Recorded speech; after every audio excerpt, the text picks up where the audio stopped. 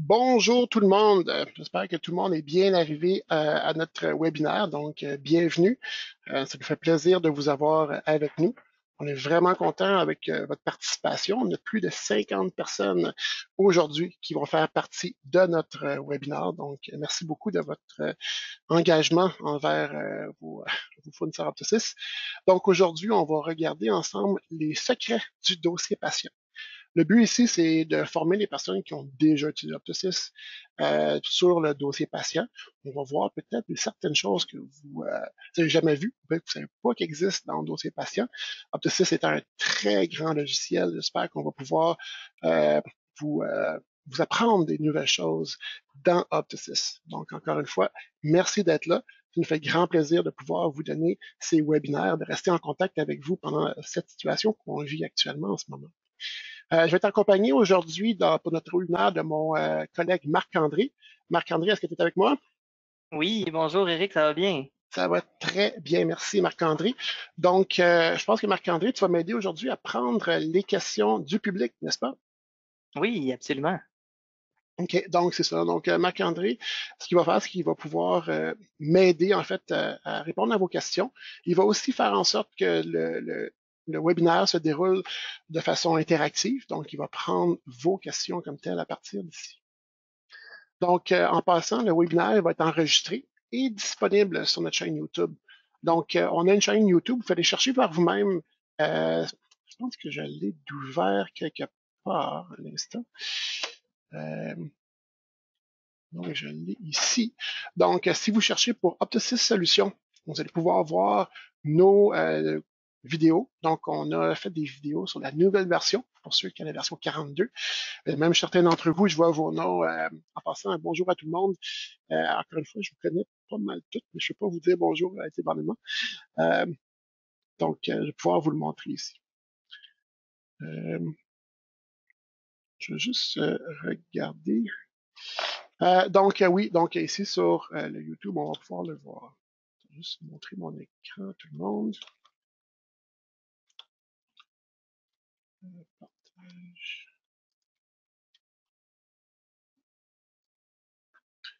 Donc là, je pense que vous allez plus le voir maintenant. Oui, c'est ça. Donc ça, c'est notre chaîne YouTube. Donc où est-ce que vous allez pouvoir voir toutes nos vidéos qu'on a faites et qu'on va faire, parce qu'il va y en avoir de plus en plus. Donc, s'il vous plaît, restez à l'écoute. On va avoir de plus de courriels que vous allez envoyer avec des invitations pour des webinaires. Mais venez voir tout le temps sur notre chaîne YouTube. Vous allez pouvoir vous garder au courant de ce qui se passe actuellement.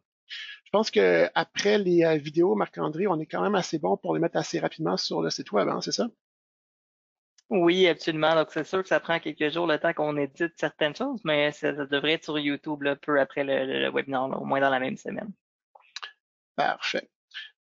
Donc ici, je vais juste me prendre mon Opto6. Ah, en passant, pour aider Marc-André un peu, pour poser vos questions, on a dans le GoToWebinar votre panneau de configuration sur le côté, qui est souvent apparu comme ça. On a une section questions. Donc, je vous invite fortement à venir poser vos questions ici dans la section questions. Je pense que éventuellement, ça va devenir questions ou chat. Donc, je vous invite à participer ici. Il y aura aussi une période de questions à la fin du webinaire, si jamais vous avez des questions aussi par rapport à ce qu'on va voir du dossier patient. Si jamais on n'a pas eu le temps de répondre à votre question pendant le webinaire lui-même.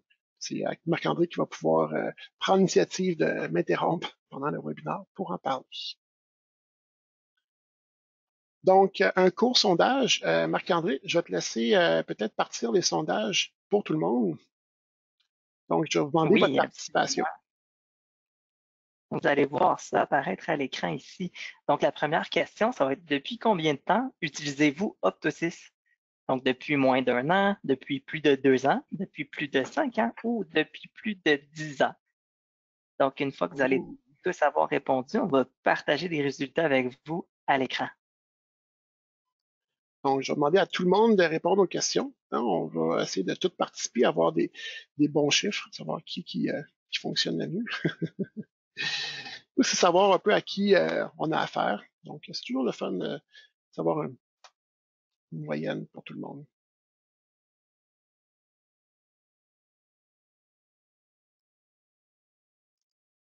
On va attendre quelques secondes encore avant de partager les Oui, on va résultats. prendre notre temps, Marc-André, pour que tout le monde puisse bien répondre à la question. Calculer sur le bout de leur doigt depuis combien de temps qu'ils utilisent Optosys. Il y en a que ça fait tellement longtemps qu'ils ne savent pas, peut-être. Parfait. Donc, je crois qu'on a tout le monde. On va partager les résultats maintenant. Parfait, merci. Ah, quand même. Donc, Marc-André, un petit mot sur nos réponses? Oui, donc on peut voir là, qu'il y a presque 50% de vous qui utilisent Optosys depuis plus de 10 ans. Donc aujourd'hui, on va essayer de vous apprendre quelque chose. Puis sinon, depuis moins d'un an, donc on a quelques nouveaux aussi, on a 14%, là, donc c'est très bien aussi. Donc c'est très bien, c'est très varié. Donc on va voir ce que ça donne et j'espère que vous allez apprendre quelque chose aujourd'hui. Exactement. Je pense qu'on en a un autre, hein, si je ne me trompe pas. Oui, absolument. Donc on a une prochaine question ici. Donc, quelle version d'Optosys utilisez-vous présentement? Donc, on a V42, V41, V40, V39, puis on ne sait pas. Donc, il y a déjà 78% qui ont écrit je ne sais pas. C'est correct aussi. Vous n'êtes sûrement pas devant votre écran au bureau, donc avec Orthosis d'ouvert. Ça, on comprend très bien. Mais c'est juste pour savoir à peu près si vous avez fait votre nouvelle mise à jour. En fait, le but, c'est qu'il y a certaines choses que je vais vous parler aujourd'hui qui fait référence justement aux nouvelles fonctionnalités d'Optosys qu'on a eues récemment. Donc, dans la version 42 d'Optosys, qui est une version récente. Parfait. Donc, ça nous donne pas mal tous les résultats ici à l'écran. Donc, ici, on voit que 70% d'entre vous ne savez pas en quelle version d'Optosys vous êtes.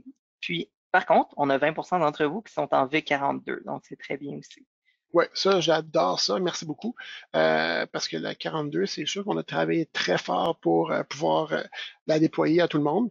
Surtout, ben, il y en a certains d'entre vous qui sont hors du Québec. Mais la plupart d'entre vous sont situés au Québec. On a beaucoup d'améliorations pour la RAMQ. On va pouvoir le voir vite, vite ensemble, même si c'est pas le but premier du webinaire. Mais on va pouvoir avoir beaucoup d'informations là-dessus. Parce que ça a beaucoup changé récemment. Puis je pense que c'est une bonne chose que tout le monde sache qu'est-ce qui a été ajouté pour le peu d'entre vous qui soit n'êtes pas encore en V42, parce que vous ne savez pas, ou ceux qui nous l'ont dit, qui n'étaient pas encore dans la version 42 d'Optosys, qui étaient toujours dans la version 41. En passant, soit que vous ne saviez pas, ou peut-être que vous êtes encore dans la version 41, je vous encourage fortement à aller dans les menus aide d'Optosys pour aller faire votre mise à jour. Euh, Premièrement, oui, ça, si vous savez pas comment faire, ou c'est la première fois que vous le faites, je vous invite à regarder dans les trucs et astuces d'Optosys. Ça va peut-être vous permettre d'avoir plus d'informations, mais au moins, ça va vous permettre d'avoir plus de fonctionnalités, puis aussi des petits trucs qui vont vous aider que je vous mentionnais aujourd'hui aussi. La façon que ça va marcher aujourd'hui, comme j'ai dit, pour les questions, parce que je vois qu'il y a des questions là-dessus, je vais vous demander de ne pas essayer de parler parce que vous êtes toutes en mute actuellement. Alors, on va utiliser les mains levées seulement à la fin euh, pour la période de questions. Pour l'instant, écrivez vos questions dans la liste des questions. Comme ça, on va pouvoir vous permettre de, d'avoir les réponses au fur et à mesure. Sinon, peut-être que Marc-André, si c'est une question pas trop compliquée, va pouvoir lui-même répondre à la question. N'est-ce pas, Marc-André? Oui, absolument. Donc, n'hésitez pas à nous poser des questions, puis on va, au plaisir, interrompre Eric pendant qu'il parle. Puis sinon, on va essayer de vous répondre là, en quelques mots là, dans le chat. Parfait. Merci beaucoup, Marc-André. Donc, aujourd'hui, on va parler du dossier patient. Donc, on va faire en passant cette semaine d'autres webinaires sur l'agenda, mais aujourd'hui, on va commencer par le dossier patient, parce qu'en fait, le dossier patient, c'est peut-être la chose la plus importante, hein, puisqu'on ne peut pas rien faire si on n'a pas de patient, on n'a pas de rendez-vous, on n'a pas de facture, on n'a pas d'examen, on n'a pas rien. Fait que là, on va partir avec le dossier patient, puis après ça, on va développer d'autres webinaires pour d'autres situations, d'autres modules peut-être qui sont importants pour tout le monde à connaître. Oui, Donc, absolument. donc ici, on va aller voir justement c'est quoi le plan du match pour aujourd'hui. Donc, on va revoir les recherches libres dans le patient et le produit. Il y en a certains peut-être qui l'ont jamais utilisé parce que c'est quand même assez nouveau dans Optosys. Puis des fois, on l'utilise pas parce qu'on ne l'a pas vu, on est habitué d'utiliser notre bonne vieille façon. On va voir aussi la loi C28 pour les envois de courriels et d'SMS marketing, Les références, ça a toujours été là dans Optosis, mais il y en a certains qui ne l'utilisent pas ou ne savent pas comment l'utiliser. On va voir aussi TELUS. Hein, il y en a beaucoup, c'est un sujet de conversation qui est très chaud. Les catalogues de lentilles et de montures. Hein, ça, je donne un petit hint dans le futur actuellement. Les commandes, donc le fameux Optosis commande pour les lentilles, les tâches, les raccourcis courriels. Peut-être qu'il y en a quelques-uns qui ne savent même pas que ça existe, d'envoyer des courriels par raccourci. Et d'autres petits trucs et astuces que je voudrais rajouter pour vous aider. Donc, allons ensemble dans Optosis. Donc, on reconnaît Optosis ici avec nos couleurs qu'on connaît déjà. Donc, si je vais dans un dossier patient en particulier, on va voir certaines choses. Donc, premièrement, la loi C28. Donc, depuis à peu près 3 générations ou versions d'Optosis, dans le bas du premier onglet du dossier patient, on a des gestions de consentement marketing. Donc ici, ce qui est important à comprendre, c'est qu'on doit gérer ça si on veut bien gérer nos marketing de courriel. Donc, encore plus, après la crise, on va vouloir communiquer avec les patients de façon électronique un peu plus. Et ça va vous aider à pouvoir le faire. Donc, si vous voulez dire que vous avez une journée, une bande trottoir de telle date à telle date, une fin de semaine durant l'été, et que vous voudriez en parler, c'est vraiment efficace de l'utiliser en faisant une communication courriel à votre patient. Cependant, Optosis va vous aider à s'assurer que les personnes qui vont recevoir ce courriel ont le droit de le recevoir et n'ont pas retiré leur consentement. Donc, si un patient, par exemple, vous posez la question, je suis sûr que vous posez la question à chaque fois qu'un nouveau patient rentre, dit oui, il n'y a pas de problème, j'aimerais ça recevoir des consentements marketing, soit verbal ou écrit. Je vous conseille fortement de venir le cocher ici, en étant dire aimerait recevoir des infolettes de promotion par courriel. Bien sûr, le patient va avoir le choix par la suite de retirer ce consentement-là au besoin, mais au moins, si vous posez la question, on va avoir la réponse tout de suite. La différence, c'est que s'il ne veut pas en recevoir, ben, il n'en recevra pas, tout simplement. Cependant, la complication vient au moment où est-ce qu'on sélectionne aucun, ou qu'on laisse sélectionner, je devrais dire, aucune préférence courriel. Pourquoi?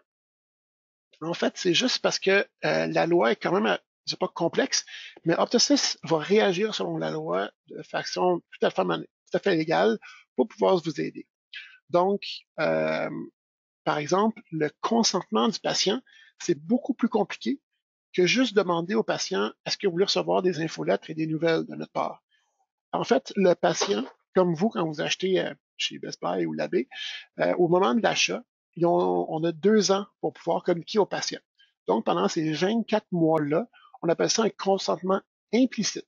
Même si on n'a pas demandé de questions au patient, à savoir si oui ou non il voulait avoir des communications, on a le droit de lui envoyer automatiquement.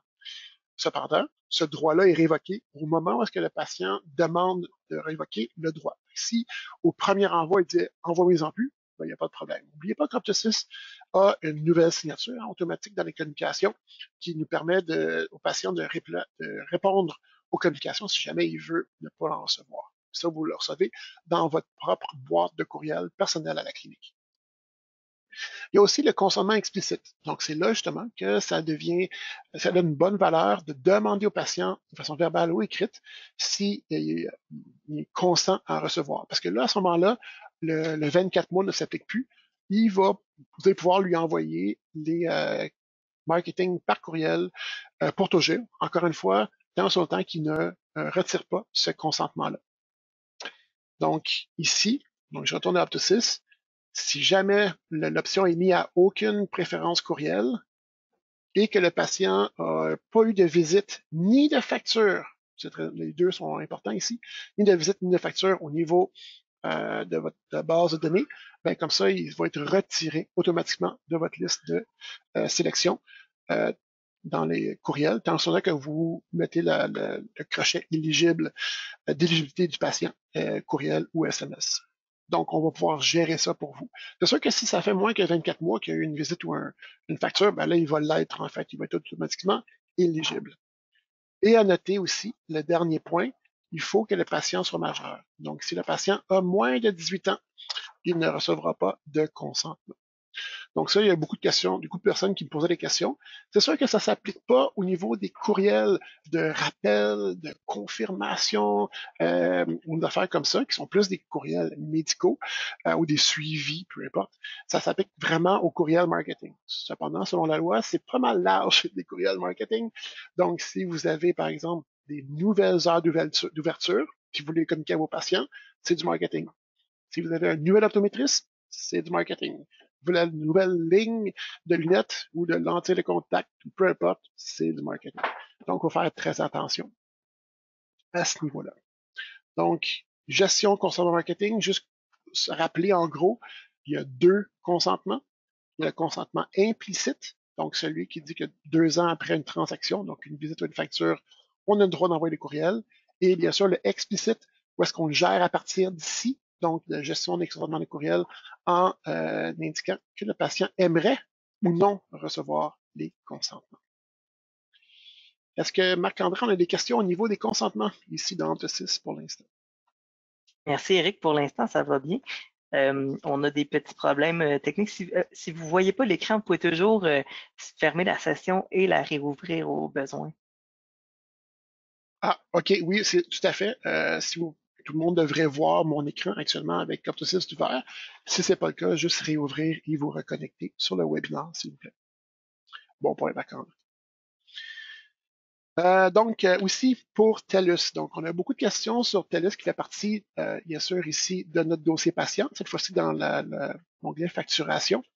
Donc, bien sûr, comme on sait, Opto6 est intégré avec le module des réclamations privées du module TELUS, qui englobe beaucoup de compagnies d'assurance telles que Crosswest Life, qu'on appelle, je crois maintenant Canada Life, Manuvie, Industrial Alliance, Standard Life, Desjardins, les chambres de commerce, etc. Donc, il y a beaucoup de compagnies d'assurance qui sont regroupées sous le parapluie TELUS. Et puis, c'est à partir du petit bouton magique réclamation d'assurance que les réclamations d'assurance vont se créer. Donc, je n'irai pas dans le détail de comment mettre un numéro d'assureur, de compagnie d'assurance dans l'Opto6, c'est pas ça le but ici, mais c'est vraiment de vous aider à faire vos réclamations ici le mieux possible et de gérer en fait.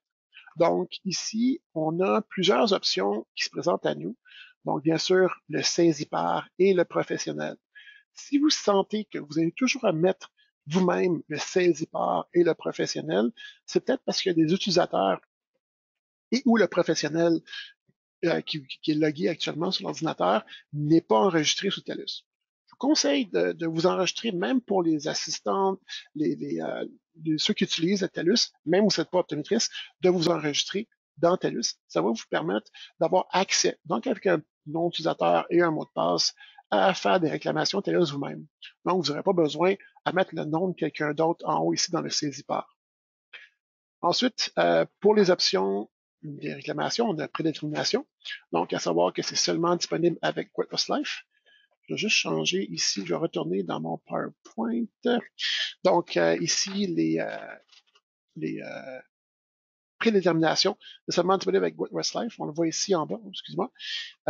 Donc, si vous avez une autre compagnie d'assurance comme Sun Life, Manuvie, etc., vous ne pourrez même pas sélectionner prédétermination. Donc, le paiement, c'est ce qu'on fait d'habitude. Maintenant, on a beaucoup de questions, nous autres au support, qui nous disent, oui, mais mon patient, il veut pas vraiment procéder avec mon paiement. On veut pouvoir, par exemple, faire une prédétermination quand même si c'est pas Canada Vie. Donc, ici, en fait, le truc que je vous donne, ça c'est gratuit, vous pouvez faire une soumission ou de soumettre votre paiement et vous avez jusqu'à minuit le soir pour pouvoir l'annuler. Donc, en fait, si jamais vous faites une demande de paiement et le patient dit ah, c'est pas assez, ou pour n'importe quelle raison, il ne peut pas procéder à la soumission de la réclamation, ben, vous n'avez qu'à l'annuler en utilisant le bouton Générer annulation en bas. Donc, lui, il est en gris actuellement, là où est-ce que je pointe avec ma souris, mais si jamais la réclamation elle a été procédée, vous allez pouvoir générer l'annulation. À noter que, je me répète, on peut seulement le faire le jour même. Donc, après minuit, quand on change de date, vous ne pourrez plus, parce que le processus est déjà enclenché au niveau du paiement. Donc, vous avez quand même jusqu'à la fin de la journée à minuit pour pouvoir l'annuler au besoin. Habituellement, ça se fait avec le patient, donc ça se fait quand même assez rapidement. À noter aussi les petits détails que je voulais vous mentionner, parce qu'encore une fois, on a beaucoup d'appels là-dessus. Donc, les polices gouvernementales. Donc, tous les numéros d'assurance police Sun Life qui commencent par le 5 x 5. Des fois, c'est juste 5, 5, 5, 5, 5, ou des fois, il y a des 1 ou des 2 à côté. Eux autres sont pas gérés par TELUS du tout. Donc, même sur le site de TELUS, ça marchera pas. Donc là, c'est quelque chose à savoir pour ceux qui ont peut-être une base militaire ou des travailleurs gouvernementaux qui comme patients. Donc, ils peuvent essayer, mais hélas, il faut passer par le gouvernement pour que les réclamations se fassent. Donc, ils doivent le faire avec leur service de ressources humaines. Aussi à noter que les assurances Desjardins, j'essaie de cliquer, les assurances Desjardins ne payent pas les réclamations, ne payent les réclamations qu'aux détenteurs. Donc, ils vous rembourseront jamais l'information, le paiement. Vous allez pouvoir quand même procéder à la soumission de la réclamation, mais l'argent va être envoyé directement aux détenteurs d'assurance. Donc, il ne sera pas jamais envoyé à la clinique. Donc, ça, c'est un détail pour Desjardins. Encore une fois, c'est le seul qui fonctionne de même. Les autres, c'est selon la police d'assurance. Donc, la plupart des polices d'assurance permettent à des tiers parties, comme les cliniques, de faire des réclamations et d'être payés. Mais certaines polices d'assurance, dépendamment de chacune des compagnies, vont le refuser. Mais Desjardins, c'est 100%. Oui, puis il y a un document de fusion qui existe dans Optosis depuis peu qui vous permet d'avoir un document légal qui prouve que le patient accepte que vous fassiez des réclamations en son nom. Donc, vous l'avez peut-être déjà vu sur TELUS, sur le site de TELUS, si vous vous loguez, il y a des gros grosse page, en fait, avertissement, warning, qui vous ont soumis quand vous vous loguez. En fait, ça, c'est pour vous inviter à toujours demander l'approbation par écrit à vos patients pour faire des réclamations en son nom. Donc, je sais qu'on n'a pas beaucoup l'habitude de faire ça, mais si vous voulez vraiment le faire de façon ordonnée, je pense que c'est la meilleure façon. Donc, vous avez, à partir de la version 41, un document de fusion. Donc, quand je te un peu vite, dans Impression, Document et Définir. Bien sûr, si vous voulez le faire, si vous voulez l'utiliser, c'est dans Exécuter. Mais si vous voulez juste le voir, c'est dans Définir. Et là, ici, ça s'appelle TELUS Formulaire de consentement soi. Donc, TELUS Formulaire consentement soi. Je vais vous le montrer un peu vite, qu'est-ce que ça a de l'air en français. Il y en a bien sûr un en anglais. Il va réagir selon la langue du patient qui a été définie dans Optosis. Donc, dépendamment de la langue français ou anglais qu'on a défini en Optosis, il va s'imprimer dans la bonne langue comme telle. Bien sûr, ce document-là doit être signé. Donc, il va falloir l'imprimer. L'avantage, c'est que le nom de la compagnie, le nom du patient, son assureur, s'il a été défini dans Optosis, va se mettre automatiquement. Donc, pour ceux qui ont déjà vu ce formulaire-là, en fait, on a repris le formulaire exactement comme celui que TELUS vous offre à imprimer, mais nous autres, on met les champs, ou la plupart des champs, je devrais dire, automatiquement. Donc, par exemple, le nom de votre compagnie, le nom du patient, son assureur, son numéro de police, son numéro de membre, etc. Les seules informations qu'on peut pas mettre, nous autres, actuellement, puis c'est juste à vous de le mettre une seule fois. Là. Une fois qu'on l'a mis, on n'a plus besoin de le mettre, c'est l'adresse, la ville, la province et le code postal de votre clinique. Et si c'est pour Canada Vie, ben, il y a un deuxième autre couverture au besoin. Mais l'important, c'est que ça va aller beaucoup plus vite par après pour imprimer et remplir ces formulaires-là. Mais il faut quand même l'imprimer, le faire signer par le patient et ensuite le scanner pour l'attacher au dossier patient. Après ça, ben, vous pouvez l'appeler comme vous voulez, formulaire consentement TELUS, formulaire TELUS, peu importe. Il doit être scanné et mis dans Optosis. C'est sûr que pour ceux et celles d'entre vous qui utilisent encore les dossiers papier, là, c'est pas un jugement que je fais, là, mais c'est juste qu'il y en a qui le sont maintenant sans papier, ben, vous pouvez juste le mettre dans le dossier aussi. Mais je vous conseille, pour polluer le moins possible vos dossiers, de l'attacher en scannant le document dans le dossier patient en Optosis. J'imagine que tout le monde fait déjà des attachements en Optosis, donc dans le dossier du patient.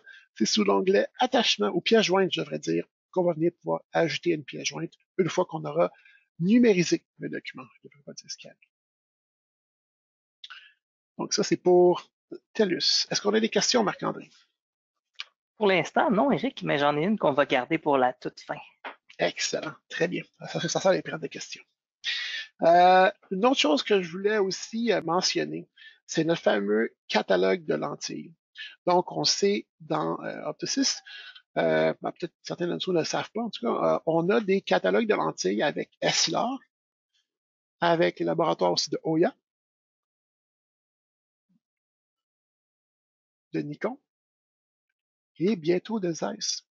Donc, gardez en tête surtout, je vous laisse, j'étais tranquillement parce que je vais s'écrire, donc Essilor, Hoya et Nikon sont déjà intégrés dans Optosis, c'est-à-dire que vous pouvez vous inscrire à travers le menu ici, actualité. Donc, vous pouvez inscrire justement à un catalogue. On va vous demander en fait votre numéro de client, le type de catalogue que vous avez, quel laboratoire vous faites affaire avec. Et puis après ça, on va vous appeler pour le mettre en œuvre. En fait, ce que ça vous permet de faire, c'est que ça vous permet de télécharger les produits que vous voulez dans votre Optosis. Donc, vous n'avez pas besoin de définir vos lentilles une par une non plus. Donc, je vais juste passer à mon PowerPoint. Donc, ça, c'est pour ceux qui l'utilisent. Qui ne l'utilisent pas, ben, vous pouvez vous abonner. On va vous montrer comment ça marche. Lorsqu'on va vous appeler la première fois, on va faire une formation ensemble pour le téléchargement et puis la première envoi de bons de labo directement à partir du B2B qu'on appelle le business to business. Donc, c'est pour ceux qui l'utilisent, en tout cas, je suis sûr que vous l'aimez beaucoup. Cependant, il y a des petites choses qui étaient importantes là-dessus qu'il faut savoir. Donc, premièrement, les notes labo. Donc, il faut savoir que seulement les premiers 20 caractères de la note vont être envoyés au laboratoire. Donc, c'est pas une note comme dans Optosis qui est infinie. Donc, le laboratoire, eux autres, ils prennent juste les 20 premiers caractères, puis après ça, ils oublient le reste. Il faut mettre la note en conséquence. Aussi, il faut savoir que quand on met une note, ça va ralentir le processus. Donc, si je mets une note labo dans Optosis ici, donc le pire exemple que je peux donner, ou la meilleure en fait, c'est ça. Donc, urgent ou rush ou peu importe. Donc ça, si vous mettez ça, vous allez en fait ralentir le processus parce que là, le bon de labo va arriver dans une boîte email quelque part dans la clinique. Puis c'est tout le temps la boîte email du gars qui est parti, qui vient de partir en lunch. Fait que là, il reviendra pas avant un bout, puis il va y avoir beaucoup d'emails à traiter. Ça va être juste plus long. En tout cas, si on met pas de note du tout, là, le bon de labo va aller directement dans le queue des appareils du labo. Donc, il n'y aura pas de délai à ce moment-là. Il va aller directement en processus de création pour la lentille ou d'attente s'il y a beaucoup de jobs en attente. Donc, la note labo, c'est efficace quand on a peut-être un prix spécial qu'on veut appliquer, un 2 pour 1 ou un programme spécial, mais ça ne sera pas pour accélérer les choses à ce moment-là. Ensuite, certaines mesures, donc les fameux paramètres précieux, doivent être pris en compte. Donc ça, on a beaucoup d'appels aussi là-dessus, dépendamment des lentilles. C'est surtout pour Essilor, mais il y en a aussi pour Nikon puis Hoya, puis je suis sûr qu'il va y en avoir pour Zeiss aussi. Dépendamment du niveau de personnalisation de la lentille qu'on veut vendre aux patients, le lab, en fait, nous donne des paramètres qu'ils veulent. Donc, en fait, c'est des mesures que le patient va devoir être mesuré avec et vous devrez rentrer dans vos bons de labo. Il y en a certains qui sont obligatoires. Donc, quand on clique dessus, c'est ceux qui sont en jaune. On se souvient, en Optosis, tout ce qui est en jaune est obligatoire. Il y en a certains qui sont pas obligatoires, donc on peut le laisser vide si on veut. Cependant, c'est sûr que le meilleur scénario, c'est de prendre toutes les mesures nous-mêmes pour avoir vraiment toute la valeur de la personnalisation de la lentille possible. Cependant, vous ne pouvez pas laisser ceux qui sont obligatoires avec une valeur vide. Donc, vous allez devoir rentrer quelque chose, devoir faire la mesure au patient. Ça, c'est pas Optosis qui décide, c'est vraiment le laboratoire qui nous demande cette information-là avant d'envoyer le bon de labo. Donc, sans cette information-là, on ne pourra même pas envoyer le bon de labo. Mais c'est important à savoir que ça existe pour pouvoir rentrer les bonnes valeurs, pour vraiment donner le maximum de valeur à la personnalisation de la lentille du patient. Donc, ça, c'est dans paramètres spéciaux LO. À noter qu'ici, l'angle endoscopique de Galb et de Vertex sont optionnels. Ça fait pas partie des paramètres spéciaux ou des mesures.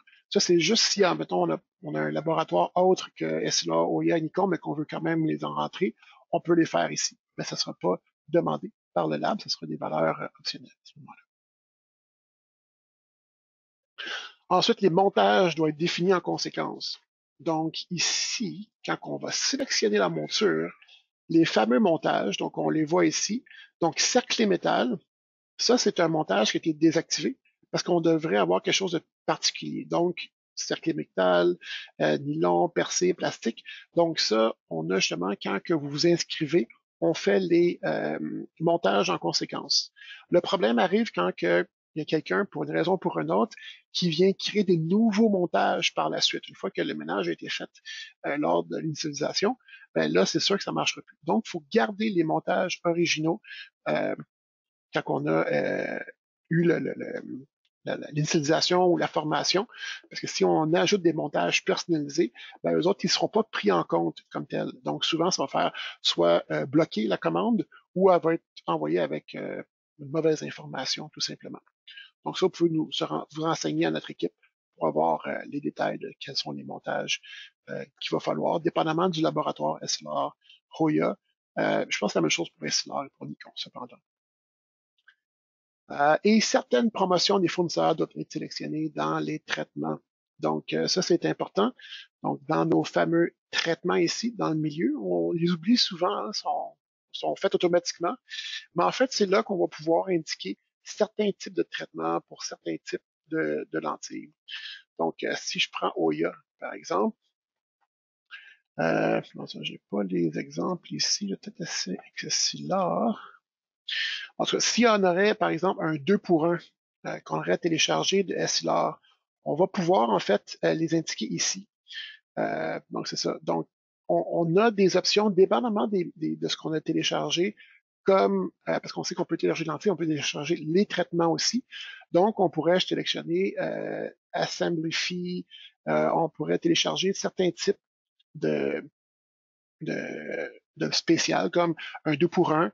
Aussi, le I see, I learn, I am growing. Donc, je donne des noms comme ça qui me viennent à la tête. Mais c'est ici qu'on va pouvoir justement identifier au lab qu'on veut avoir un programme spécifique, souvent pour payer nos lentilles un peu moins cher, dépendamment de la situation.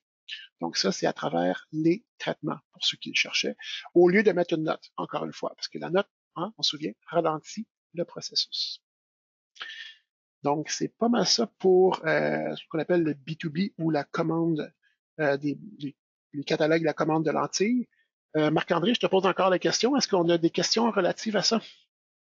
Pour l'instant, on n'a pas de questions, Eric, mais gênez-vous pas si jamais vous avez des questions d'utiliser l'option question et nous poser la question et on va interrompre Eric si c'est en lien avec ce qu'on est en train de voir. Ouais, c'est ça. S'il ne parle pas trop vite, comme il fait d'habitude. Merci beaucoup, Marc-André. Euh, Aussi, je voulais parler aujourd'hui des commandes, ben pas des commandes, mais du catalogue de monture. Ça, c'est quelque chose qui s'en vient très vite. Euh, Sans dire que vous vous préparez, mentalement, on peut se préparer, en fait. Ça va nous permettre d'avoir un catalogue de montures pour les plus grands fournisseurs au Canada. Donc, on parle de Luxottica, on parle de Aspect, on parle de Marchon, on parle de Western, on parle de Westcan, on parle de Diane Barcelona. Il y en a plusieurs, donc j'en oublie plusieurs, bien sûr. Il y en a à peu près 12. Je pense que j'ai la liste.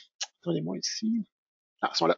Donc, Aspect, Jeffrey, Marchand, Vision Avenue, bien sûr, Westcan, Centennial, Luxo, Perfect, Western, Securovision, hein, Locochiali, j'espère que vous connaissez, et Match Eyewear. Donc, ça, c'est ceux qu'on a pour l'instant, et on est en négociation avec plusieurs autres pour les ajouter.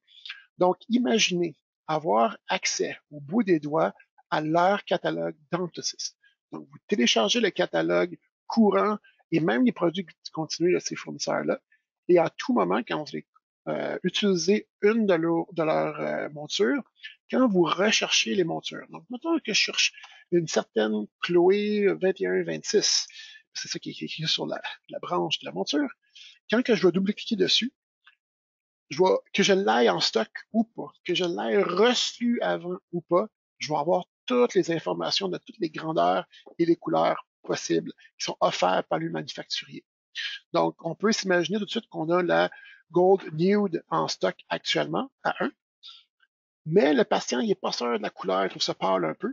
ben là, on va pouvoir lui offrir le Gold Black. Donc, encore une fois, c'est la même grandeur, fait que ça devrait euh, faire de la même façon sur la figure du patient, avoir la même belle forme et tout, mais avec des couleurs différentes. Et en plus, les fournisseurs vont nous donner les images. Donc ici, on va pouvoir utiliser l'option voir image et on va pouvoir voir quelle est justement l'image de cette monture-là et la montrer au patient. Donc imaginez-vous aussi si on avait, ah, j'ai eu la Gold Brown, mais je pense que je l'ai vendue, mais je peux la commander encore si tu veux. Et on va voir l'image ensemble. Les couleurs sont un peu plus pâles que le noir que je viens de te présenter, est un peu entre les deux. Fait qu'ici, on va pouvoir avoir une valeur ajoutée, non seulement au niveau de la vente, parce qu'on va avoir beaucoup plus d'options. Imaginez, on n'a plus besoin de définir les montures. Donc, au niveau de la lentille, le pont, la branche, le A, le B, le ED, DBL, tout ça va être déjà inclus dans la définition de la lentille. En tout cas, on travaille avec les fournisseurs pour avoir le plus d'informations possible avec les images. Comme ça, on n'a pas besoin de redéfinir chacune des montures qu'on utilise pour la première fois, comme on le fait actuellement dans OptoSys. On peut aussi s'imaginer tout de suite, pour ceux qui gèrent les laboratoires dans les cliniques, qui reçoivent les montures, toutes les montures qui viennent de ces fournisseurs-là, quand on les reçoit, on n'a plus besoin, encore une fois, de définir les couleurs, grandeurs, catégories, matériel, comme on fait dans OptoSys. L'information va toute venir automatiquement parce qu'on a juste besoin de sélectionner la monture pour l'ajouter en inventaire. Donc, il y a un grand facteur de capacité de sauver beaucoup de temps avec ça. Et aussi, on peut être plus précis parce qu'on n'a plus besoin de sortir la petite règle pour calculer justement nos mesures de la monture. Ils vont être fournis directement par le fournisseur.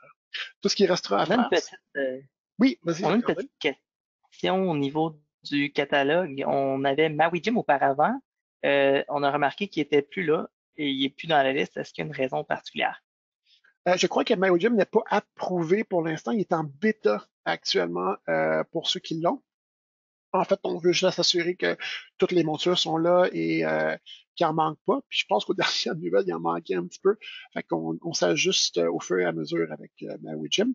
Mais aussitôt qu'ils vont être approuvés, on va l'avoir dans notre liste aussi. Parfait, merci. Très bonne question. Donc oui, on essaie de travailler avec ça. C'est pour ça qu'il va être disponible bientôt, parce que la plupart des fournisseurs que vous voyez là, on sait que ça marche très bien. Il y en a d'autres qui s'en viennent, ils sont en bêta, puis on va pouvoir les faire bénéficier aussitôt qu'ils sont disponibles et qui sont corrects, que les catalogues ont du sens. Donc oui, fait qu'on peut voir, on peut s'imaginer en fait la puissance de ça. Donc encore une fois, ça marche un peu comme les lentilles pour ceux qui ont déjà utilisé. Donc quand on télécharge tous les produits qui sont disponibles. On va même pouvoir les matcher avec les produits existants qu'on a en inventaire. Donc, il y a même un système qui le fait automatiquement pour ceux qui ont le même nom. Et puis en plus, on va pouvoir mettre à jour au fur et à mesure que les nouveaux catalogues vont être disponibles. Et bien sûr, ceux qui sont discontinus deviennent discontinus, etc. Et les nouveaux deviennent disponibles. Donc, il y a quand même une belle fonctionnalité de ça. Et la seule chose qu'il va falloir rajouter, c'est le prix de vente. Parce que c'est sûr que si on l'a jamais reçu auparavant, Optosis aura juste besoin de connaître le prix de vente. Vous pouvez même utiliser la formule pour ça, au besoin. Donc, c'était pour l'Optosis commande de monture. Donc, comme vous voyez, ça s'en vient. C'est des petits previews que je vous donne. Restez à l'écoute de vos courriels, encore une fois, de la chaîne YouTube. Ces informations-là vont venir très, très vite. Donc, ça, c'est au niveau de la RX. Je vais faire le tour avec vous. Encore une fois, je pense que ça a de la valeur de tous ces beaux features-là, puis on aimerait ça que vous l'utilisiez pour sauver le plus de temps possible en clinique. Maintenant, on va parler des fameuses tâches. Je sais qu'il y en a beaucoup d'entre vous qui disent ah ben les tâches, tu sais, j'aime mieux qu'on se parle en clinique, c'est plus fun. Mais en fait, les tâches, c'est beaucoup plus que de s'envoyer des messages. En fait, le but, c'est pas de se chatter comme tel, c'est plus d'avoir un suivi dans les dossiers du patient et dans nos choses à faire pour être sûr de rien oublier, puis d'avoir aussi une trace de tout ce qu'on fait. Donc, laissez-moi retourner ici.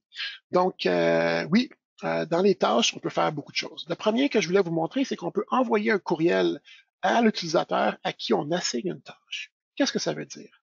En fait, ce que ça veut dire, c'est que dans l'administration, application et usagers, donc où est-ce que vous avez toutes les personnes qui travaillent et qui ont travaillé à la clinique, donc ça peut être beaucoup, comme dans ce cas-ci, on va pouvoir écrire, en fait, définir le courriel. Donc, il y a un champ courriel ici dans chacun des optométristes, assistants, opticiennes, etc. Il n'est pas là pour rien, en fait, ce champ courriel-là.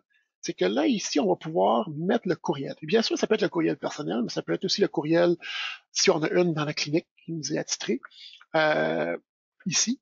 Et comme ça, quand on va recevoir une tâche, quand on va aller définir nos tâches, donc encore une fois l'administration, mais cette fois-ci, tâches, et dans nos types de tâches,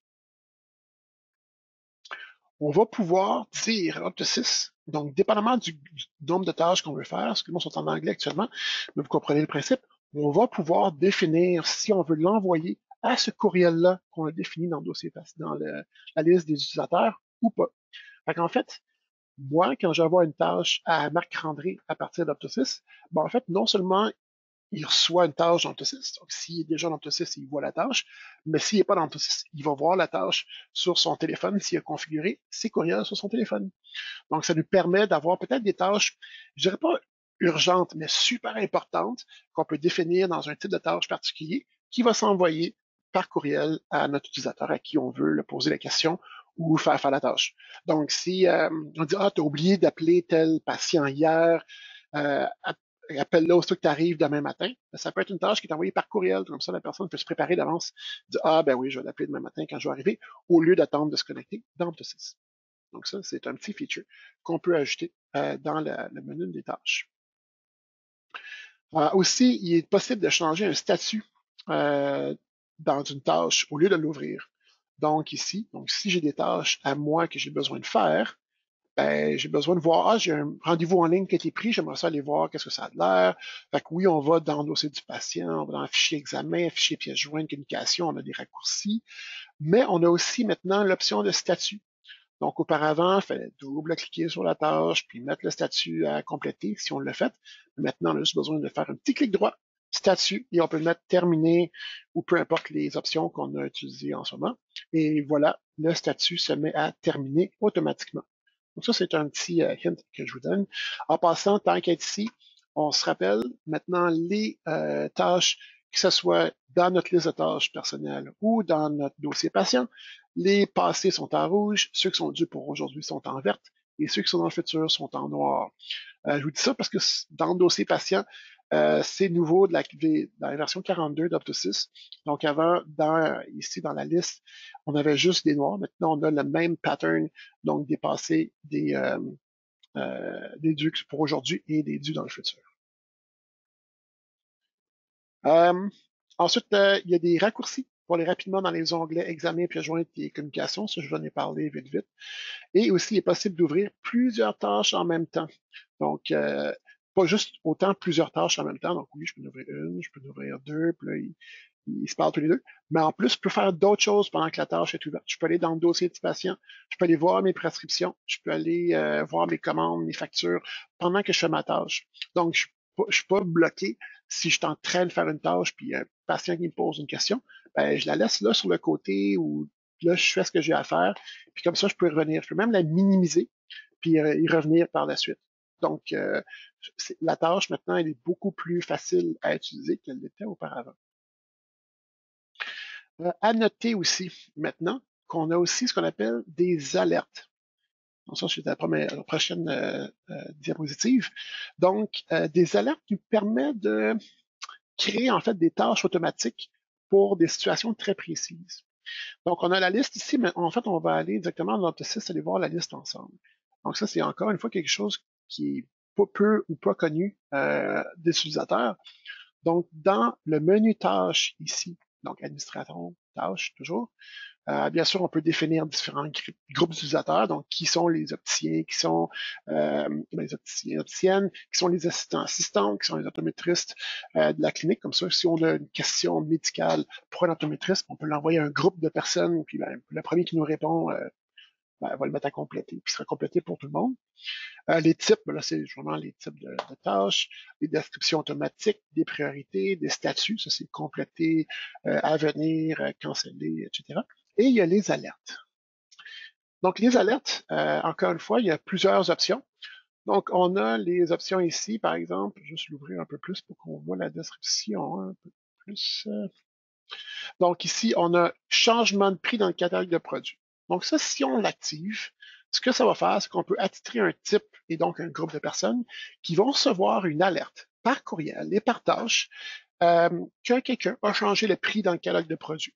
Donc, peut-être que la personne responsable, s'il y en a une dans la clinique qui est responsable de la maintenue des prix, mettons, pour les catalogues de lentilles et de montures, ben, comme ça, s'il y a quelqu'un qui va jouer dans ces babelles, elle va pouvoir le savoir.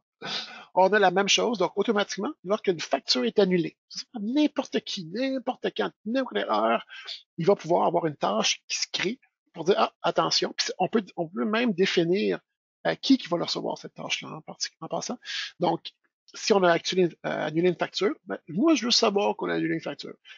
Soit parce qu'il faut que moi, je donne mon accord en tant qu'administratrice ou gérant ou gérante de la clinique. Donc, ça peut être une tâche qui se crée automatiquement, mais juste à moi. Même chose, le backup n'a pas fonctionné, la fameuse sauvegarde. Donc, si Optosys n'est pas capable de faire le backup pour n'importe quelle raison, genre, on a fermé les serveurs avant qu'ils se fassent ou peu importe, quand on va réouvrir, il va nous envoyer une tâche, une alerte pour nous dire, ah, attention, il y a quelque chose qui s'est passé au niveau du backup. Il y a aussi, c'est peut-être plus technique, le total des paiements du rapport de caisse diffère du rapport de dépôt d'activité. Ça, ce que ça veut dire, c'est que il y a il y a des dépôts, donc il y a des paiements qui ont été faits à une date différente d'aujourd'hui. Entre vous et moi, c'est pas supposé arriver bien souvent qu'on crée un paiement en date d'hier ou en date de demain, ou encore pire, dans l'année passée ou l'année prochaine. Donc, vu que c'était une façon peut-être un peu euh, euh, facile, j'aimerais dire, ou de pouvoir cacher des montants ou peu importe, donc, les managers veulent pouvoir avoir accès à ça. Donc, ça nous permet en fait d'avoir cette information-là. Une nouvelle facture ou paiement avec une date différente de la date du jour. Donc, encore le même principe ici, mais ça s'affecte aussi aux factures. Donc, si on veut dire, ben, il y a une facture qui est créée en date de hier, ce qui est encore pire que juste un paiement, ben, on va pouvoir le savoir.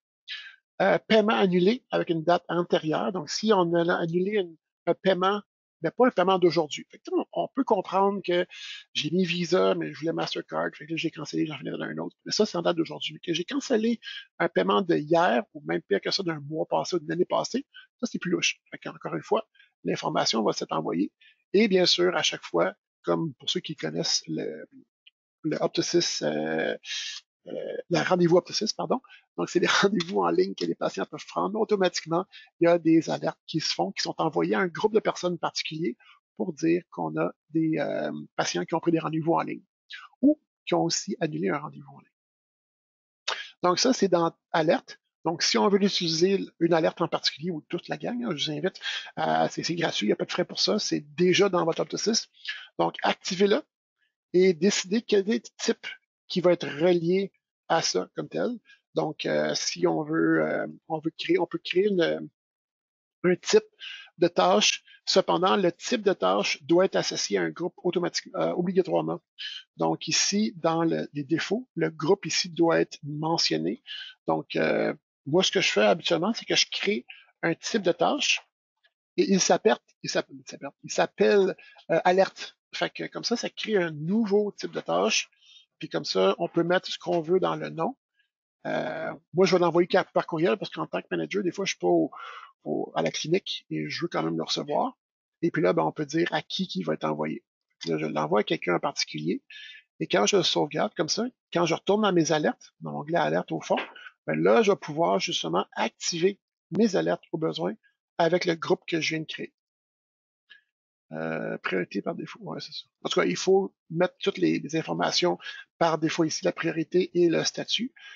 Je vais le faire avec vous, je pense que ce ne sera pas difficile. À ce moment-là, je vais pouvoir l'activer avec ma type alerte, tout simplement. Et là, à chaque fois qu'il y a un changement de prix dans le catalogue qui va apparaître, ben, peu importe la personne ou le groupe de personnes qui est relié au type alerte, qui est en fait une personne dans ce cas-ci, Dr. German, ben là, c'est lui qui va le recevoir. Ben, bien sûr, on peut créer, on sait, hein, des groupes d'utilisateurs pour que ça renvoie à plusieurs personnes en particulier.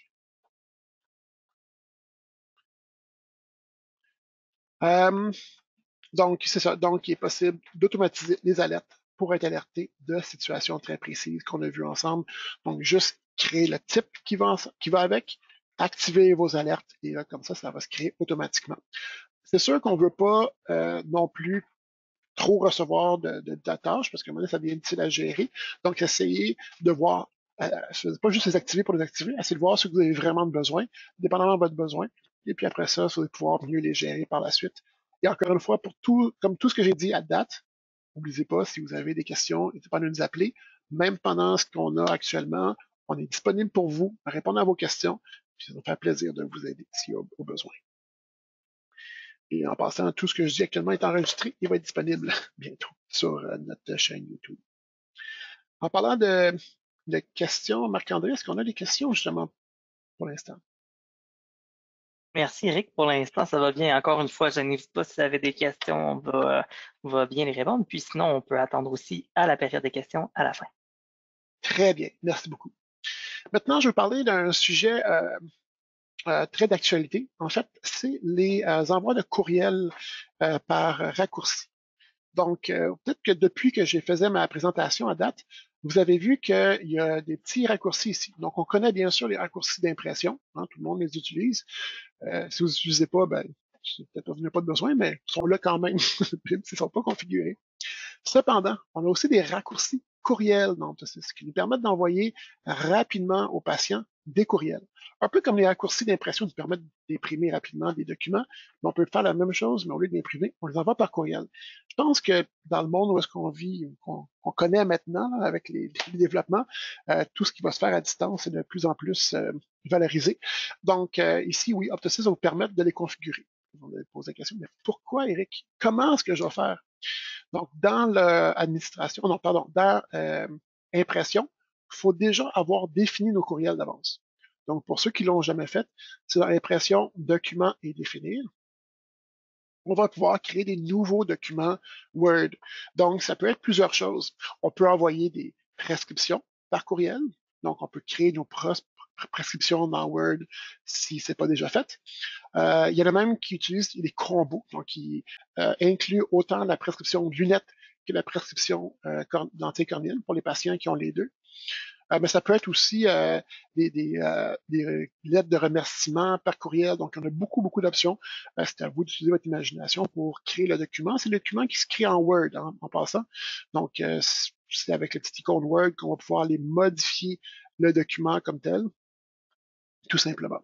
Donc, par exemple, si j'irais modifier mon fameux document TELUS que je vous ai parlé tout à l'heure, mais là, je pourrais choisir dans quelle langue je veux le modifier, parce qu'on peut faire, bien sûr, les documents bilingues, que ce soit en français ou en anglais. Ah ben oui, il est déjà ouvert en Word.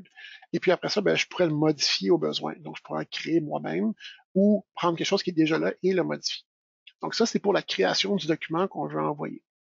Encore une fois, si vous avez des questions, n'hésitez pas à nous appeler, on va pouvoir vous aider. Des fois, ça peut être compliqué pour certaines personnes. Après ça, ben là, aussitôt que ça c'est défini, on va pouvoir aller dans nos valeurs par défaut. Donc, les valeurs par défaut sont situées dans Administration, Application et Valeurs par défaut. J'avoue que ça fait peut-être longtemps pour certains d'entre vous, si ça fait longtemps que vous utilisez Optosys, qu'on n'est pas allé dans les valeurs par défaut. Habituellement, on l'utilise surtout quand on commence avec Optosys, après ça, on ne les touche plus. Mais en fait, sachez qu'il y a beaucoup de nouvelles choses qui sont ajoutées dans les valeurs par défaut avec le temps. Donc, il y a peut-être justement des choses qui pourraient vous aider à aller un peu plus vite. Il y a aussi des choses qui sont ajoutées récemment dans la version 42 d'Optosys. Où est-ce que je voulais vous amener? C'est surtout dans l'onglet Communication 2. Donc, on a l'onglet Communication qui définit en fait d'où viennent vos courriels et le setup un peu technique en arrière. Mais il y a aussi Communication 2, qui est justement là qu'on va définir nos raccourcis d'envoi courriel automatique. En fait, automatique, c'est mal choisi. Il faut quand même peser dessus pour que ça s'envoie, mais c'est des raccourcis, en fait, rapides pour les envois de courriel.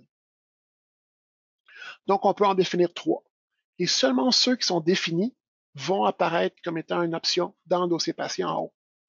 Donc, si on définit seulement le raccourci rouge, bien seulement le rouge qui va apparaître. C'est simple.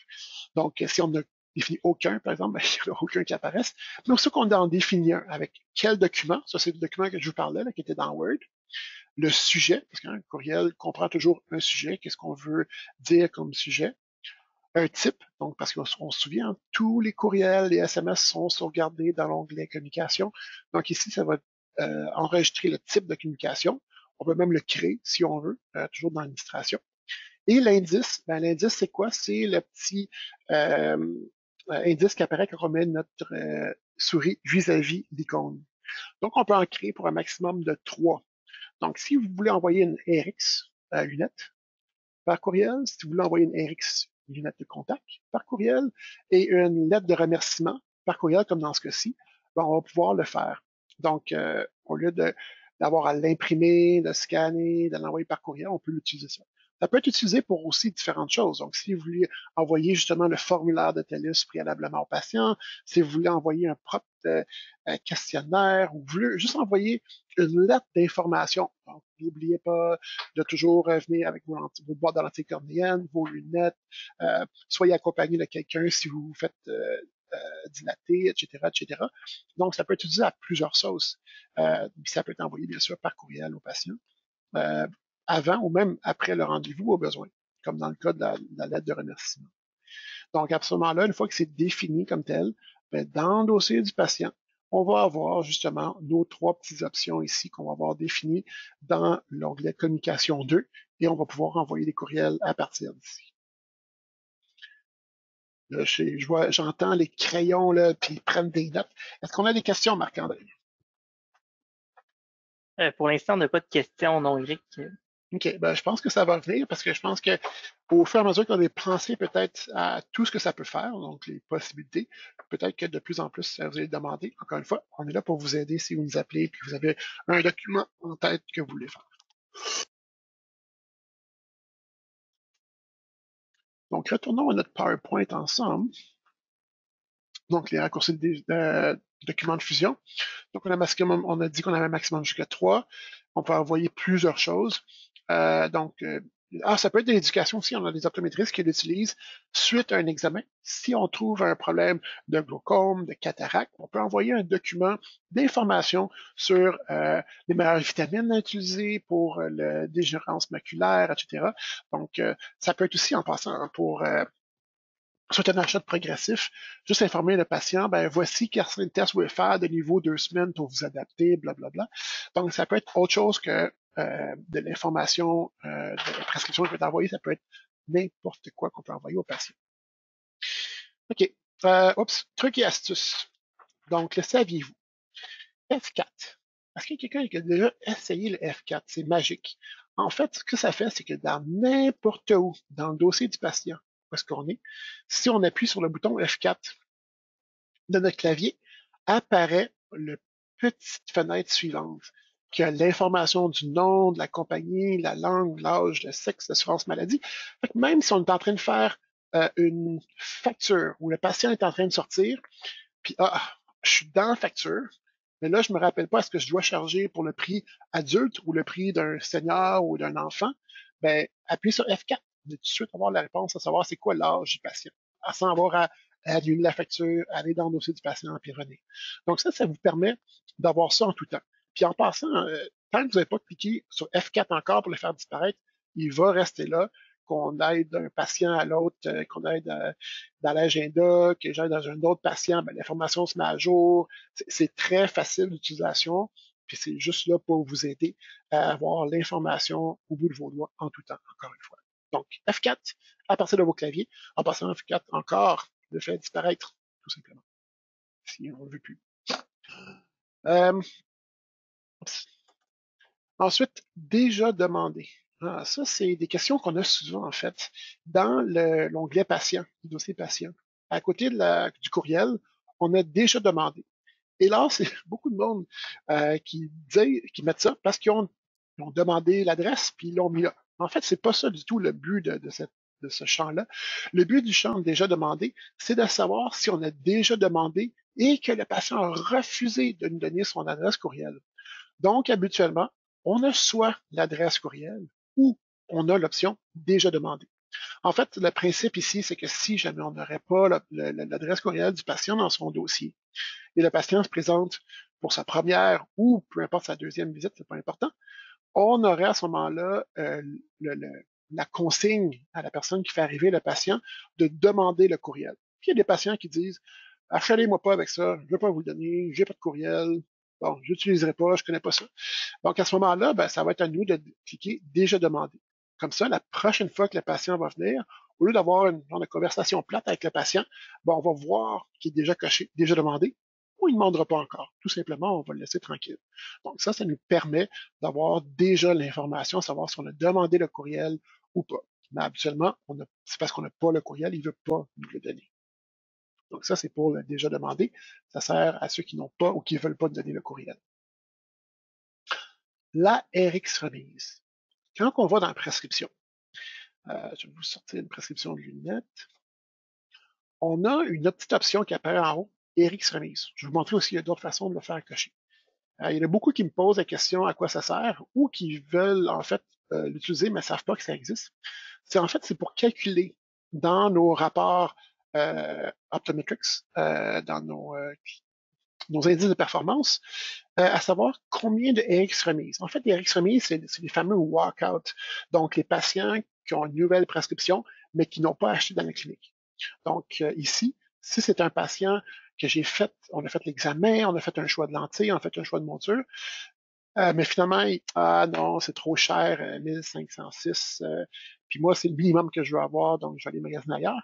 Mais comme ça, on peut cocher RX remise à ce moment-là. Donc ça, ici, vis-à-vis l'onglet remise, on va voir qui est coché. On le voit ici en bas. Aussi, on peut utiliser le bouton d'impression. Donc, il y en a plusieurs qui sont posés la question, ben, lunettes RX remise, ça veut dire quoi? Ben, c'est justement, ce que ça va faire, c'est que ça va imprimer la prescription pour la donner au patient parce qu'il va en avoir besoin s'il va magasiner ailleurs et ça va cocher le fameux crochet RX remise automatiquement.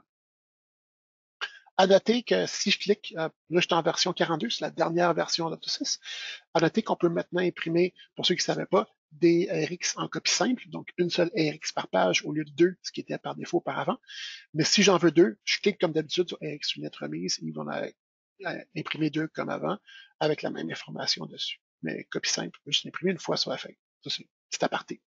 Donc oui, RX remise nous permet de calculer le nombre de patients qui s'en va sans acheter de lunettes. C'est sûr que si le patient revient le lendemain matin puis dit ah ben finalement j'ai cherché puis 1500 c'est pas mal le bon prix, ben là il n'y a rien qui vous empêche de décocher RX remise. Ben finalement ça n'a pas été un patient qu'on a perdu la vente, on a fait la vente quand même. Donc on a toujours ce contrôle-là.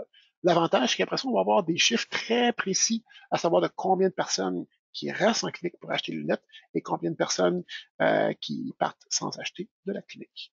C'est tellement important au niveau de la gérance d'une clinique. Là, je vais faire une petite pause, Marc-André, pour des questions, s'il y en a. Pour l'instant, on a deux Non, questions, mais en parfait. lien avec Donc, là, je vais le continuer raccourci ici. courriel. On va aussi parler des alertes qui sont affichées dans l'agenda. Donc, il y en a peut-être qui ne savent pas, mais les gestions d'alertes dans tout ça, c'est très importante. On a beaucoup de cliniques qui mettent un peu n'importe quoi dans les alertes. Donc là, je parle bien sûr des notes de type alerte, ici, dans Auto6.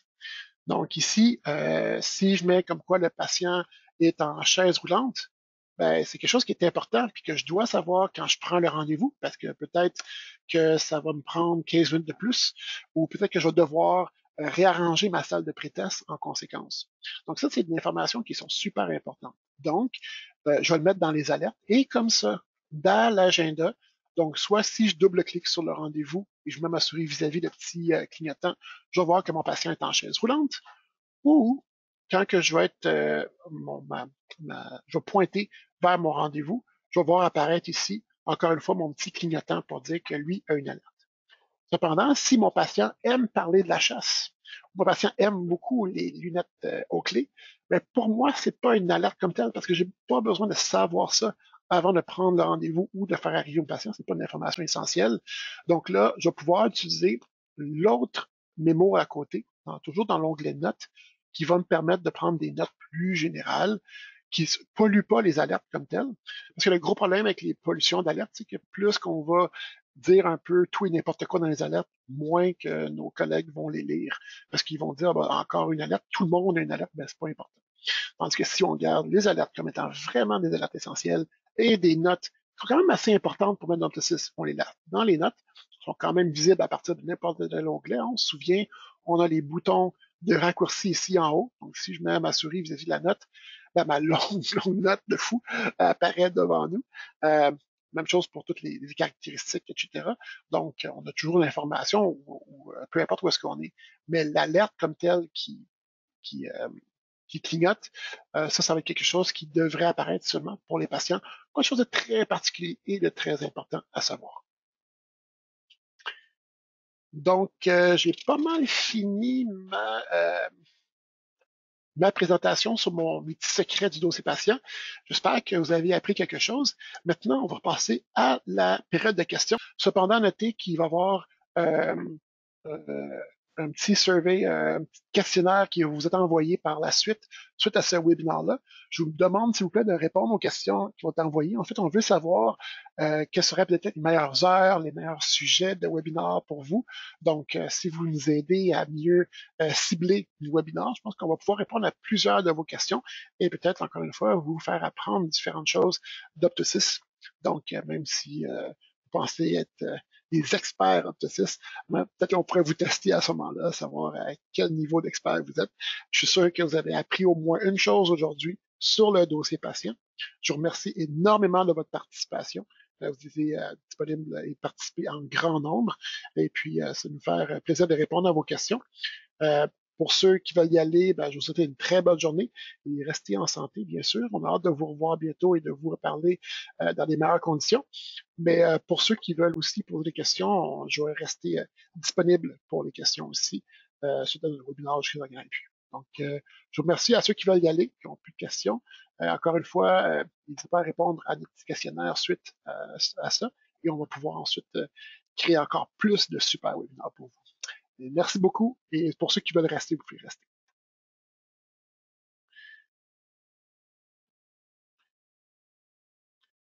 Donc, pour Dr Lorrain, donc oui, il va y avoir des coûts pour le catalogue de monture. C'est pas très cher. C'est pas juste pour les photos en passant, c'est aussi pour toute la notion des informations reliées à la monture, donc les grandeurs, les couleurs disponibles, etc. Donc ici, mettons, je vais aller dans, c'est juste un exemple que je vous donne. Ça peut être autant pour les photos que pour les choses. Donc ce catalogue-là est offert, va être offert à un prix de lancement très compétitif. Donc je pense que ça va être quelque chose comme 29 ou 39 $ pour avoir le catalogue. Quelque chose que je n'ai pas parlé parce que ça s'en vient un peu plus loin, ça va être le fait de pouvoir les mettre en ligne aussi, en passant. Ben, c'est sûr que la grosse valeur, c'est d'avoir le catalogue. Donc, je vais faire l'exemple ici aussi. Donc, oui, on va pouvoir voir les photos, les images, ce qui est super cool, mais le prix va être très bas là, pour avoir justement accès à tous ces catalogues-là.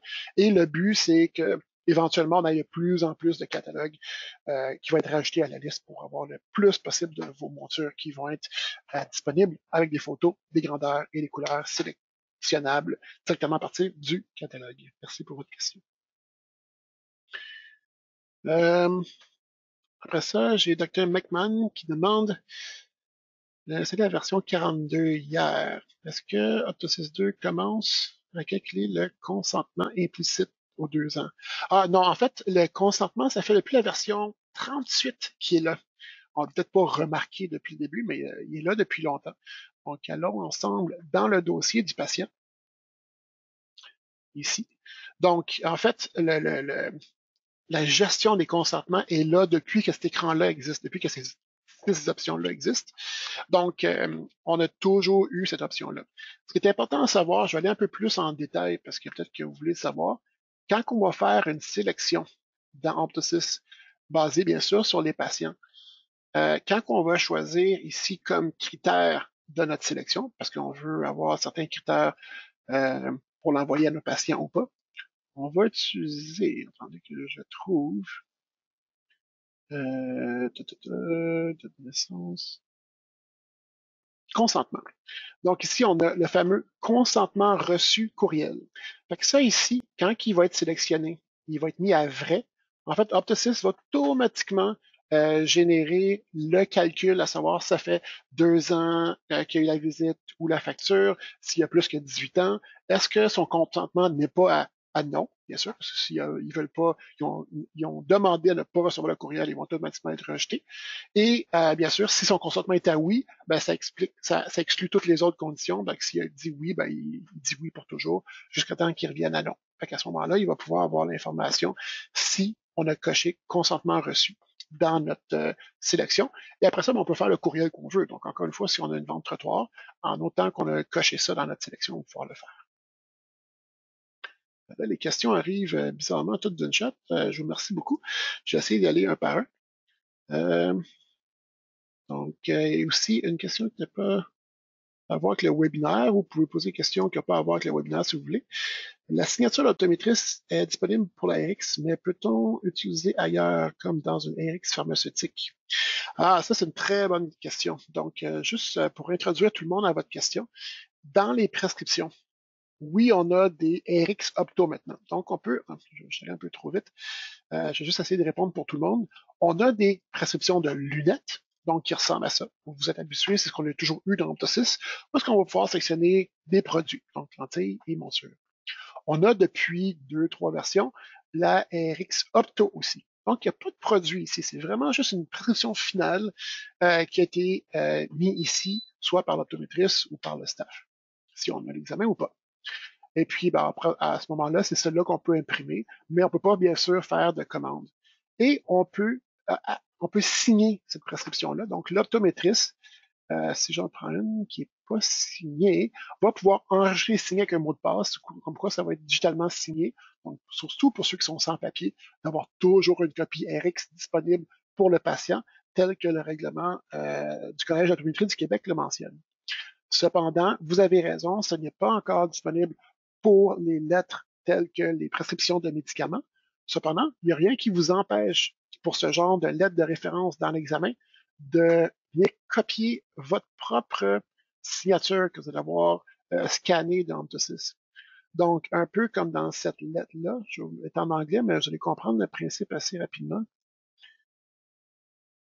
Donc, ici, j'ai inclus dans ma lettre une signature au préalable. Donc ici, j'ai comme pré-signé ma lettre. Cette lettre-là va être envoyée à un collègue, va être envoyée peut-être à un patient, à une pharmacie, peu importe. Donc, on peut avoir déjà prédéfini la signature. C'est sûr qu'à ce moment-là, il va falloir avoir un document différent pour chacun des optométristes qui ont une facture différente ou un numéro d'optométriste différent. J'espère que ça a répondu à votre question. Ensuite, il y a Dr. Lorrain qui demande si un webinaire custom pour la formation de mes collègues opto. Oui, en fait, ce ne sera pas un webinaire, ce sera une formation. Donc, encore une fois, si vous avez besoin d'informations sur Opto6, si vous avez besoin de formation avancée aussi, on fait des webinaires sur des sujets un peu éparpillés, ce qu'on retrouve surtout au niveau du sport. Mais si vous avez besoin de quelque chose de particulier, n'hésitez pas à nous appeler. On va pouvoir peut-être mettre un expert en installation, en implémentation avec vous. On va pouvoir planifier ça dans la semaine ou dans la semaine d'après, quitte à passer 1 heure et demie ensemble. Je conseille que si on a besoin de plus qu'1 heure et demie, de faire ça peut-être en 2 sessions à ce moment-là. C'est peut-être moins chose à prendre dans une shot dans la tête. À ce moment-là, on va pouvoir aller plus en détail, plus personnalisé aussi selon vos besoins.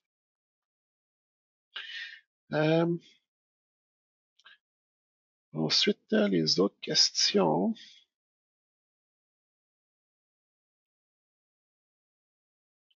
Plus d'informations sur les assurances. Oui, en fait, pour les assurances TELUS, là, je réponds à la question de Carole. C'est un peu touché, parce que c'est sûr que les assurances, c'est quasiment une formation comme telle. Ce que je t'encourage à faire, c'est peut-être d'utiliser le nom utilisateur et le mot de passe de ton optométriste ou de tes collègues pour aller sur le site de TELUS Santé. Donc, tu vas aller sur le site de TELUS Santé Canada et il y a beaucoup d'informations à savoir comment les assurances marchent. Donc, Opto6 est une interface pour plus facilement faire tes réclamations TELUS. Mais si tu veux savoir comment marchent les réclamations, c'est quoi une réclamation, c'est basé sur quoi, comment lire une carte d'assurance aussi privée d'un patient. Je te conseille d'aller voir justement sur ce site-là. Il y a beaucoup d'informations, de formations justement à savoir comment faire. Et puis bien sûr, leur support téléphonique va pouvoir t'aider. Optosis, même moi, je suis pas un expert en assurance. Je sais comment passer par Optosis pour ça, mais toutes les conditions et les détails, à part ceux que je vous ai mentionnés aujourd'hui, peuvent être trouvés sur le site web ou au support de TELUS Santé. Donc,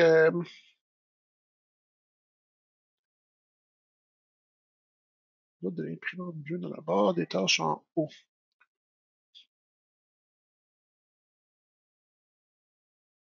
Ah, OK. Ben oui, ceux qui n'ont pas encore vu notre webinaire de la version V42, qui est en passant disponible sur notre chaîne YouTube, dans la version 42 d'Optosis, si vous l'avez mis à jour, bien sûr, vous avez le petit icône d'envoi de SMS. Donc, en fait, ce que ça vous permet de faire, c'est d'avoir envoyé un SMS à la demande à n'importe quel patient et à n'importe qui, en fait. Donc, si vous voulez l'envoyer à un collègue, à un fournisseur, donc on a l'icône n'importe où, même à partir de l'agenda.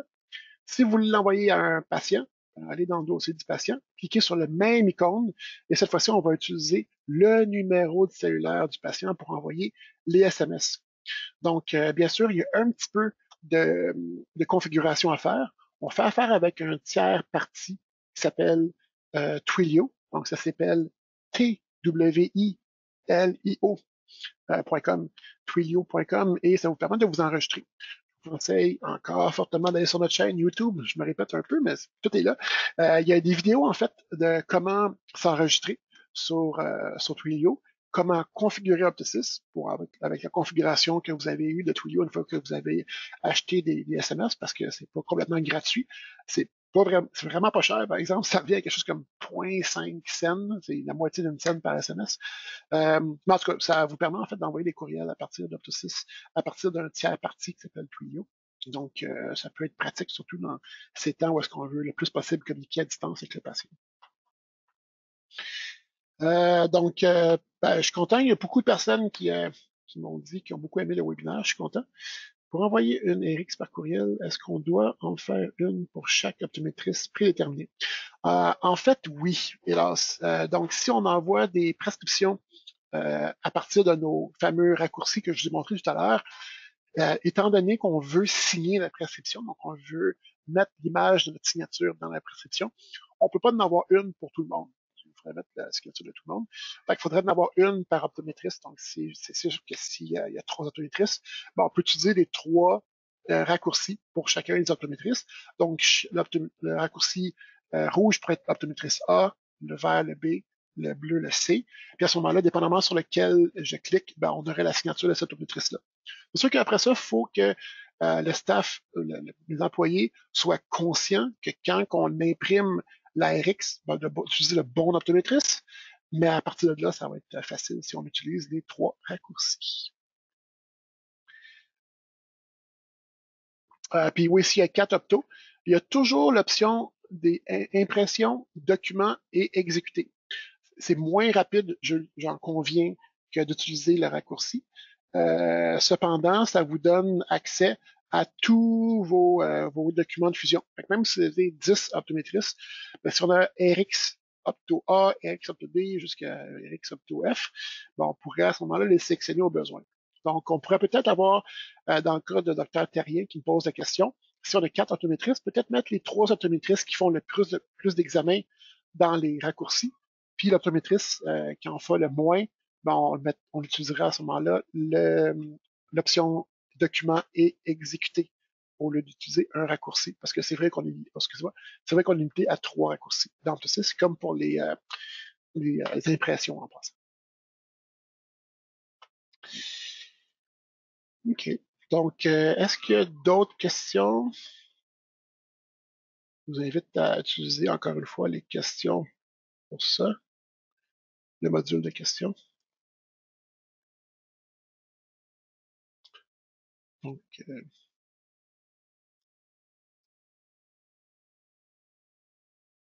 Donc, le module de section est dans votre panneau de contrôle de GoToWebinar.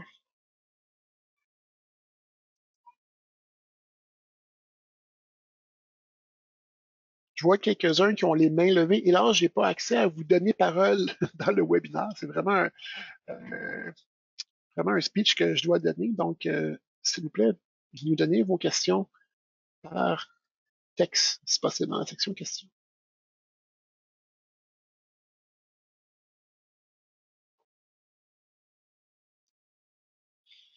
Donc, encore une fois, c'est ça, nos webinaires sont faits pour vous donner le plus d'informations possible. C'est sûr que si vous nous informez à savoir qu'est-ce que vous préférez au niveau des webinaires, qu'est-ce que vous aimez le plus, ben, on va pouvoir y participer à ce moment-là. Je pense que j'ai couvert pas mal des nouveaux modules qui arrivent avec Opto6 pendant la formation. Il y en a d'autres qu'on a retenu un petit peu, surtout le boutique, parce qu'il n'est pas je ne vais pas en parler tout de suite aujourd'hui. On va faire un webinaire peut-être juste pour ça. À noter qu'il y a des nouveaux équipements ophtalmiques disponibles avec Opto6. Il y a ceux-là, mais il y en a aussi des nouveaux dans la V42. Donc, je pense qu'il arrive des belles choses avec Opto6. On utilise le temps qu'on a actuellement pour pouvoir peut-être faire beaucoup de projets pour nos clients, ben, pour vous en fait, qui voulez vous avancer dans des projets que vous êtes mis sur le feu pendant un certain temps, puis là, maintenant, on a le temps de le faire. Donc, c'est peut-être une belle façon d'utiliser le temps qu'on a avec nous actuellement pour améliorer nos processus d'Amplus6. Puis on est là pour vous aider. On a un staff de support qui va répondre à vos questions. On a déjà partie des personnes qui voulaient devenir sans papier. Ils utilisent le temps pour pouvoir scanner tous les documents. On utilise des personnes qui veulent commencer le online booking, etc.